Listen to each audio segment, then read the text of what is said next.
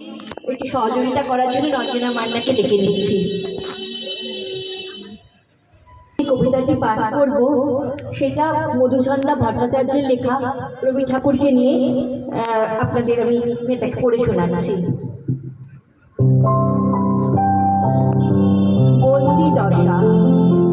রবি ঠাকুর, তোমার সাথে আমার পরিচয় হয় আমার 6 বছরের জন্মদিনে, শিশু ভোলানাথ কাব্যগ্রন্থের হাত ধরে। সেই সংসার সাজিয়ে আমার খেলার সময় আমি তোমার পিছু নিলাম। বাড়িতে প্রতি বুধবার গানের আসর বসত, গুণীজনদের সভা বসত, একের পর এক তোমার গান গাওয়া হতো।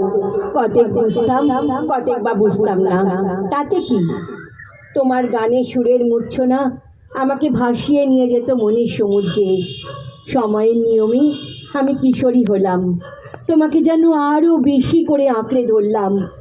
যখন খুব মন কেমন করতো, তোমার লেখা আমাকে আনন্দ ফিরিয়ে দিত। বর্ষার দিনে মেঘলা আকাশ যখন বৃষ্টির ঝর্ণা ঝরাতো, দোতলার বারান্দায় বসে আমি বৃষ্টি দেখতাম। বৃষ্টির গন্ধ আমার সমস্ত শরীরে ছড়িয়ে পড়তো। গুনগুনিয়ে গাইতাম, শ্রাবণের ধারার মতো পুরক ঝরে, পুরক ঝরে, তোমার সুর দিয়া মুখের পরে, মুখের পরে, শ্রাবণের ধারার মতো পরক ঝরে, পরক ঝরে। দোতলার ছাদ ছিল টিনের চালে, বৃষ্টিধারা মুক্তোর মতো শাড়ি দিয়ে ঝরে পড়তো। আমার কিশোরী হাতের পাতায় আজলা ভরে জল নিয়ে নিজের মুখ ভেজাতাম।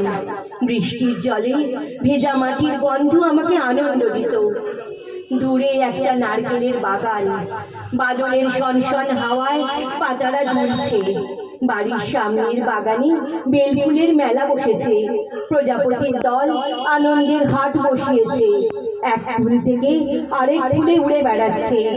আমার খুব ইচ্ছে করছিল বাগানে গিয়ে বৃষ্টিতে স্নান করতে, কিন্তু মায়ের নিষেধ অগ্রাহ্য করার ক্ষমতা আমার যে নেই।